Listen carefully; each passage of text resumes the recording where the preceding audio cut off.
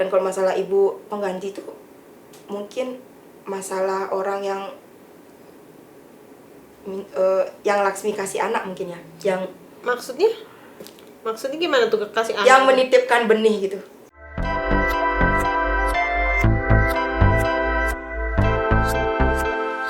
Istilahnya manusia semua terlahir dengan cara yang kotor ya, kalau diungkapkan. Berarti tidak berhubungan langsung. Tidak. Ya? Kadang orang berpikir waktu itu, pikiran orang ya, namanya aja orang berpikir karena nggak tahu ya. Bebas-bebas aja. Bebas-bebas aja, mereka tidak tahu gitu. Karena apa ya? Itu cerita hidup saya ya. Itu hanya saya dan Tuhan yang tahu gitu. Sampai saya dibilang beginilah, begitulah. Saya tidak mau lagi meneteskan air mata saat ini hanya untuk omongan-omongan yang tidak penting. Istilahnya hanya saya yang tahu, karena saya sempat melakukan kebodohan waktu itu sampai saya bunuh diri. Hampir mau bunuh diri. Sudah saya lakukan, tapi faktanya saya masih hidup sampai saya menyusahkan banyak orang. Baru kemarin kejadiannya kan. Bukannya saya pamer, enggak. Jujur, setegar-tegarnya orang pasti akan down ya kalau hal seperti itu ya. Kalau privasi banget gitu, privasi sekali gitu. Karena saya paling tidak suka sebenarnya privasi saya diusik gitu.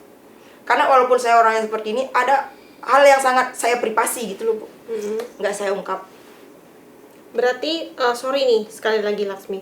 Berarti orang yang memintamu sebagai ibu pengganti itu Ada. Berarti dia sudah menikah dengan pasangan resminya tapi tidak punya anak, atau untuk kepentingan apa sih sebenarnya?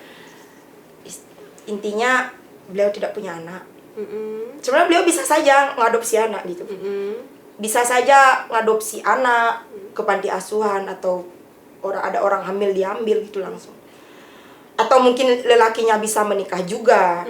Atau mungkin lelakinya yang mandul, atau perempuannya nggak mandul. Bisa saja perempuannya melakukan hal-hal yang tidak baik kan. Contoh, keke carane pangbeling, paham kan yang seperti itu?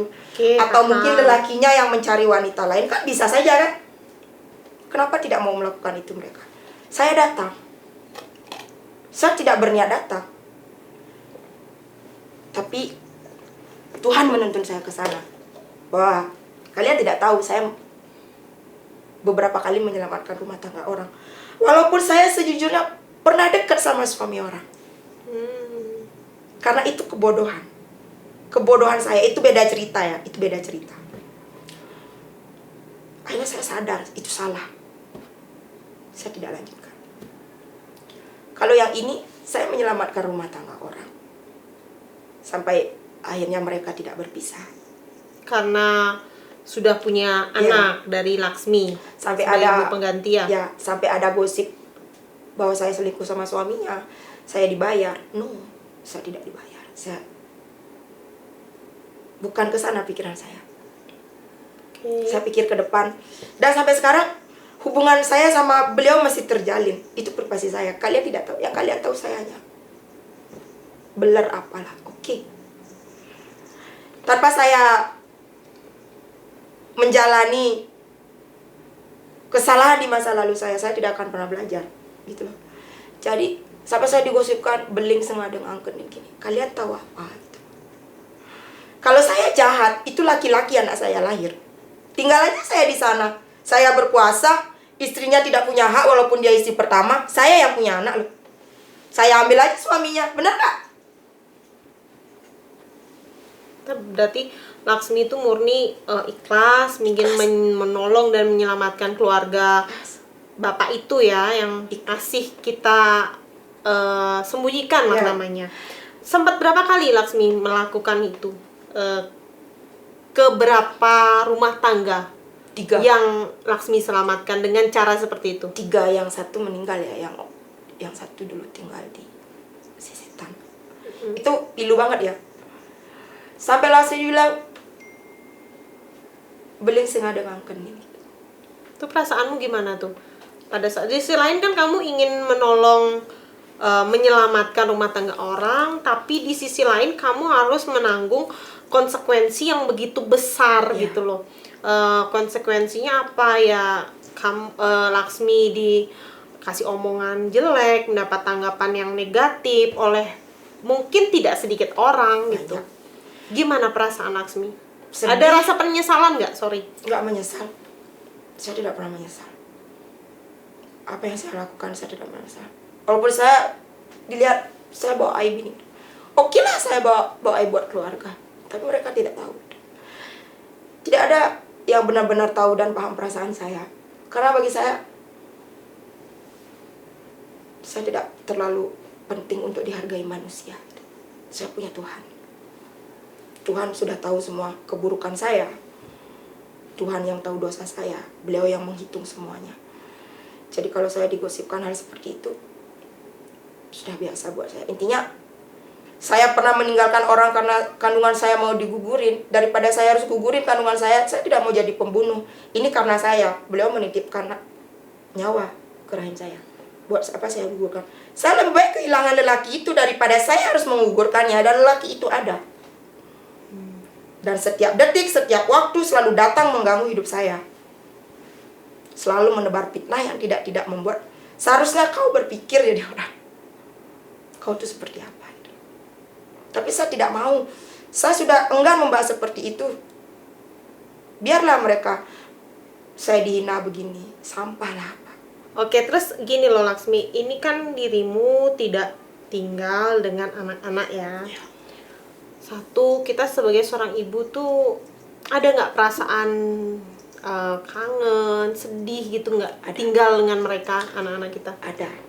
Ada kalau dia yang anaknya tuh yang diberikan tuh sedih, tapi dia ikhlas. Karena apa? Justru saya yang nyuruh buat perjanjian bermaterai gitu. Agar nggak ada masalah lagi ya ke depannya ya. Justru beliau itu ngajak anaknya untuk ketemu saya, justru saya yang lari. Orang bilang saya yang nggak ingat sama anak saya, tapi saya yang lari. Karena saya tidak mau, maaf ya, bukannya saat ini saya tidak mau sebelum mereka dewasa. Saya takut mereka nanti tekanan mental gitu. Ibu kandung tetaplah ibu kandung. Seburuk-buruknya ibu kandung. Ibu kandung. Kalau mereka tahu, mereka ingin tinggal sama saya berpikir apakah saya bisa menghidupinya. Sedangkan hidup saya aja masih morat-marit kayak gini, tabek ulun. Nanti ada masalah sama orang tuanya, sedangkan saya sudah titipkan. Ibu paham lah? Paham. Nggak mau.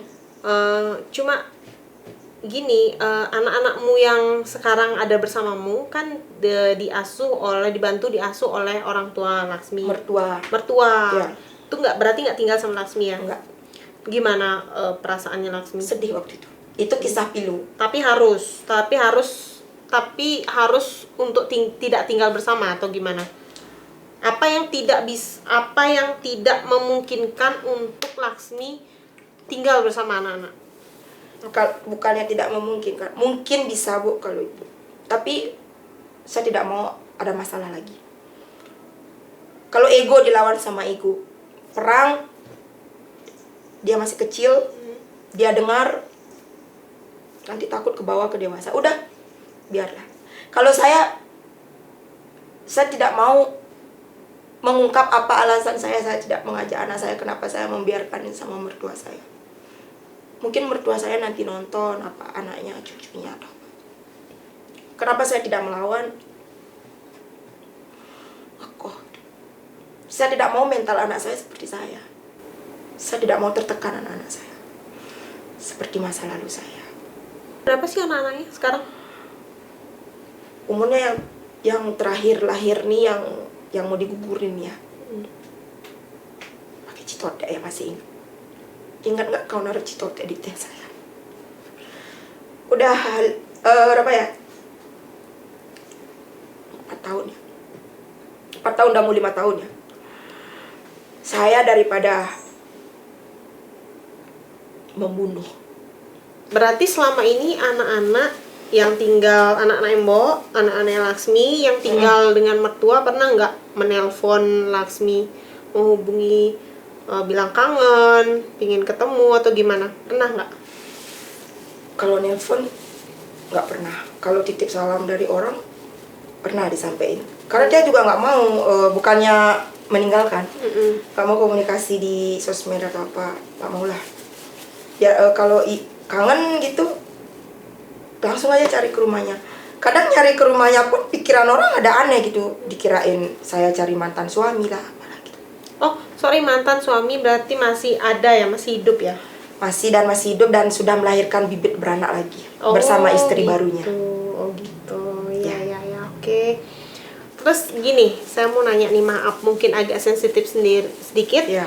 Kalau Laksmi sendiri hubungan dengan bapak ibu orang tuanya Laksmi itu gimana sekarang? Maaf, masih ada, masih hidup kan ya? Kalau ibu sudah nggak ada ya. Dari kapan? Dari tahun 98 ya kalau nggak salah. Umur berapa waktu itu Laksmi? Umur 6 tahun ya. 6 tahun ya, 6 tahun udah nggak ada. Kalau bapak udah Laksmi dari lahir ya udah. Udah nggak ada juga, maaf. Masih ada cuma Maksudnya tidak tinggal bersama beliau? tidak, udah Laksmi baru lahir udah pisah gitu. Udah itu dah yang membuat otaknya Laksmi cuing gitu. Oh, maaf. Cuing. Jadi mungkin orang tua Laksmi itu dulu broken juga, cerai gitu. Ya, cerai. Setelah itu umur 6 tahun Laksmi tinggal sama kakek dadongnya kaki Uli Memek. Oh gitu. Jadi umur 6 tahun, maaf, ibu kandungnya Laksmi meninggal. Terus bapak sendiri berkeluarga lagi atau gimana? Berkeluarga lagi, pisah lagi karena mungkin belum sana jodohnya. Terus berkeluarga lagi, terus pisah lagi, terus sekarang. Ya berarti keluarganya besar dong. Saudaranya banyak ya Laksmi? Saudara tirinya maksudnya banyak. Makanya kan Laksmi bilang saudara tiri banyak. Laksmi pernah jadi ibu tiri dan Laksmi juga pernah merasakan jadi anak tiri. Jadi seandainya Laksmi menyakiti anak tiri, nggak boleh. Nggak semua ibu tiri jahat loh. Benar. Nggak semua ibu tiri itu jahat dan kejam seperti ibu tiri. Nggak, no. Malah ibu kandung lebih jahat loh ada. Contohnya orang dibuang, anak dilahirin, dibuat ibu kandungnya sendiri yang buang. Jadi satu hal buat kalian yang berpikir bahwa ibu tiri itu jahat, tidak semua ibu tiri jahat. Justru bisa ibu tiri itu lebih sayang sama anak tirinya sendiri gitu. Sadarlah sedikit gitu. Nah kena aku pedidi wak bekele bisa nggak berkena itu loh. Asto karena mang derahayu ten kerauhan ya. Nemu kerahayuan ten nemu kerauhan ya. Terus kemudian Laksmi itu kan dirawat oleh kakek dan nenek dari ibu ya. Itu gimana kehilangan sosok ibu juga, dan maaf kehilangan sosok ayah karena ayah harus menikah lagi. Itu gimana akhirnya dirimu? Ada nggak perdebatan di batin Laksmi, kok saya begini ya nasibnya dari kecil, tidak seperti orang yang lain? Ada nggak seperti itu? Ada perdebatan dalam diri, tapi saya tidak suka membandingkan diri saya dengan orang lain. Gitu. Karena lihat orang sama orang tuanya gitu, nggak pernah saya punya rasa iri atau apa. Sedih ada, sedih jujur, tapi saya nggak harus saya membandingkan saya dengan mereka. Ini takdir saya, ini karma saya. Mungkin saya dulu waktu kehidupan dulu bagaimana sehingga saya harus menebusnya sekarang gitu. Jadi kalau saya membandingkan hidup saya dengan mereka, mungkin mereka dulu karmanya baik, sekarang didapat, sekarang dia tidak bisa mempergunakan karma baiknya, nanti di kemudian hari dia petik gitu di kelahiran kembali. Karena saya percaya Hindu, Ampura, saya percaya ada reinkarnasi. Jadi kalau ibu emang dari lahir nggak pernah ketemu ibu, jarang. Sama udah dari baru mengkeplos gitu, sudah sama kaki dadong, ibu sudah sakit-sakitannya, bolak-balik rumah sakit lah. Kertu sade di Belea, semua ada rumah sakit di Beleleng, maka jangan sampai disanglah di semua. Bapak juga begitu. Yang kenal sama bapak kan setelah umur 6 tahun yang baru tahu, yo ini loh wajah bapak saya. Oke. Akhirnya ada nggak keinginan ketika sudah tahu kenal wajah bapak, ingin hidup bersama bapak? Atau kenapa akhirnya Laksmi, maaf saya potong, kenapa akhirnya Laksmi memutuskan ya sudah saya tinggal sama nenek dan kakek, tidak tinggal dengan bapak? Apa alasan Laksmi untuk lebih memilih tinggal sama nenek dan kakek? Maaf Pak, kenapa saya tidak memilihmu? Karena waktu itu ibu Tiang tuh sakit ya, di rumah sakit. Saya putus sekolah lu 2 tahun. Terus sekolah 2 tahun, Terus sakit. sampai kelas berapa? Waktu itu kelas 1 pokoknya ibunya sakit. Kelas 1 ya, sempat nggak sekolah gitu, Dia nggak memilih bapak. Karena pada saat itu ibu Tiang tuh sakit gitu, di rumah sakit. Diimpus. Kanker payudara ya. Keadaan seperti itu, saya mau diambil gitu. Memang niatnya keluarga dari bapak tuh baik mau mengambil saya Ya, untuk disekolahkan. Iya, benar. Tapi saya tidak bisa meninggalkan ibu saya. Saya tidak bisa, biar kalian tahu kenapa saya seperti ini.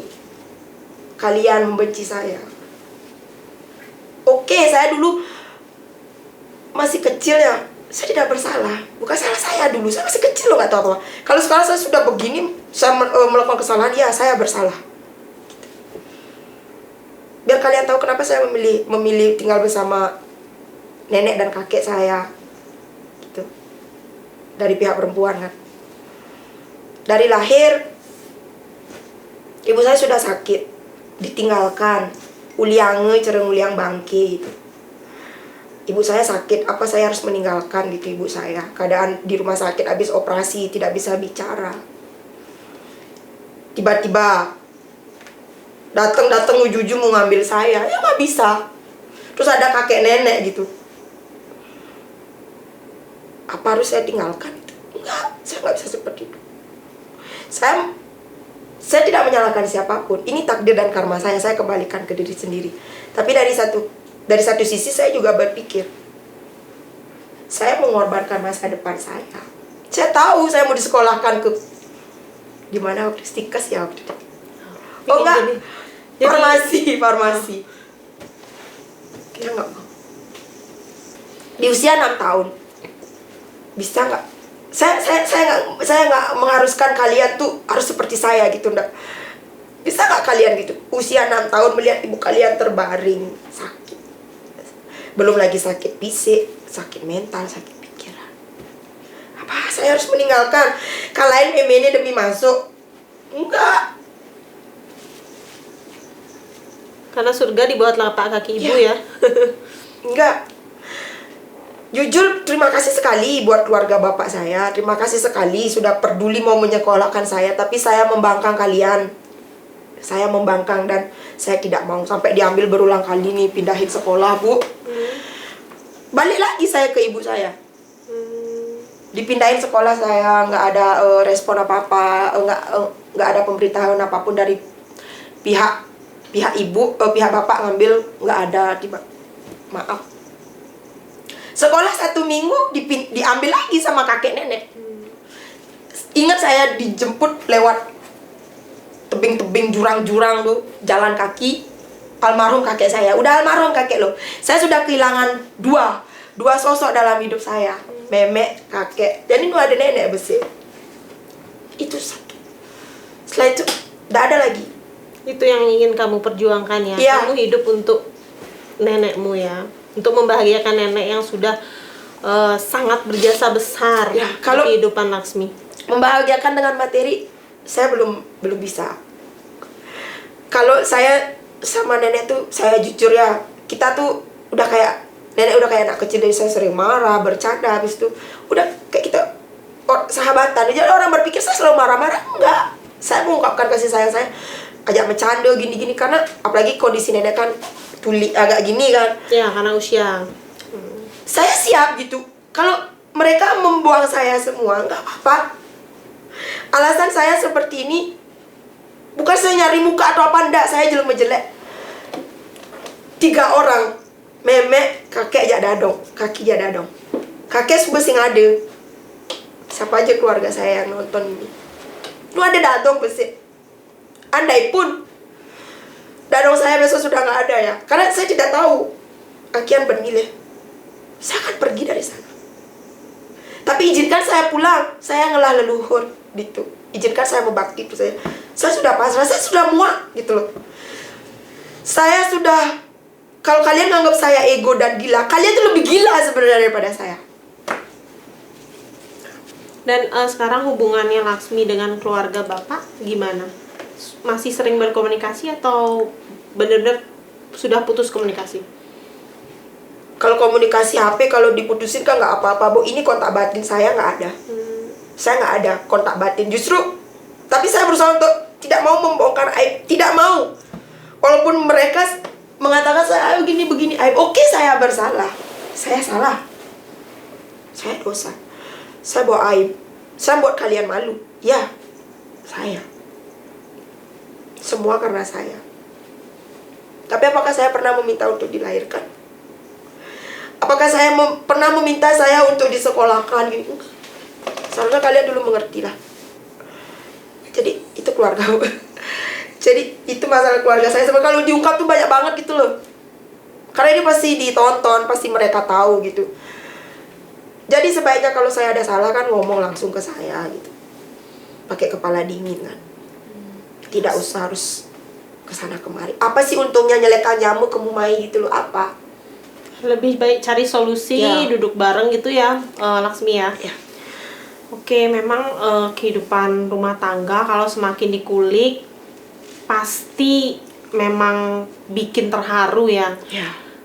Ya semoga sih nanti kehidupan Laksmi ke depan, Laksmi selalu happy, tambah happy, rezekinya banyak, dan juga anak-anaknya Laksmi juga meskipun tidak bersama Laksmi, dia mendapatkan kehidupan yang baik, pendidikan yang baik gitu ya. Ya, Sungkar. Itu dah karma. Apa yang pihak bapak saya lakukan terhadap wanita, itu yang didapatkan anak wanitanya. Ya memang di setiap perjalanan hidup kita ya Laksmi, kita pasti akan bertemu dengan seorang guru. Ya. Yang guru itu bisa dari siapa aja, bisa dari netizen yang jadi hater kita, bisa dari tetangga, bisa dari beli ketut yang akhirnya banyak memberikan kita pengalaman hidup. Ya, pengalaman hidup. Kedepannya gimana nih Laksmi, mau tetap jadi konten kreator dan selebgram atau mungkin mau menjejaki bidang yang lain? Berarti yang udah termasuk selebgram apa sawi ini? Apa melabrak? Selebgram lah, orang fanpage-nya aja banyak kok yang ini, yang viewernya banyak. Ya, sukses semua buat ibunya juga, sukses semua sudah mengundang Laksmi, Bu Bidan nangis sukses semua semeton juga sukses semua. Tapi Laksmi tetap sing tahan merasa sudah di selebgram. Nu kangen kau, nu kekini potongan itu. Nu ida numpang terak, ada apa? Stop dulu. Nu numpang angkot. Apa yang perlu disombongkan kan gitu. Sing ada nih perlu sombongan. Orang Laksmi artis ku nih. Tuh sing ada artis-artis. Laksmi akan tetap menghibur karena masih banyak inspirasi yang belum dituangkan gitu. Masih banyak, akan tetap dengan kegilaannya seperti ini, karena dengan cara saya seperti ini hidup saya merasa nyaman. Inilah saya gitu. Saya menciptakan kenyamanan saya dengan cara saya sendiri gitu, tanpa saya harus mencari kenyamanan itu di diri orang lain gitu. Saya bisa nyaman dengan cara saya sendiri. Oke. Coba Oke, terima kasih Laksmi sudah berbagi inspirasi dengan kita semua. Jangan lupa di langsung tombol merahnya. Sukses semua.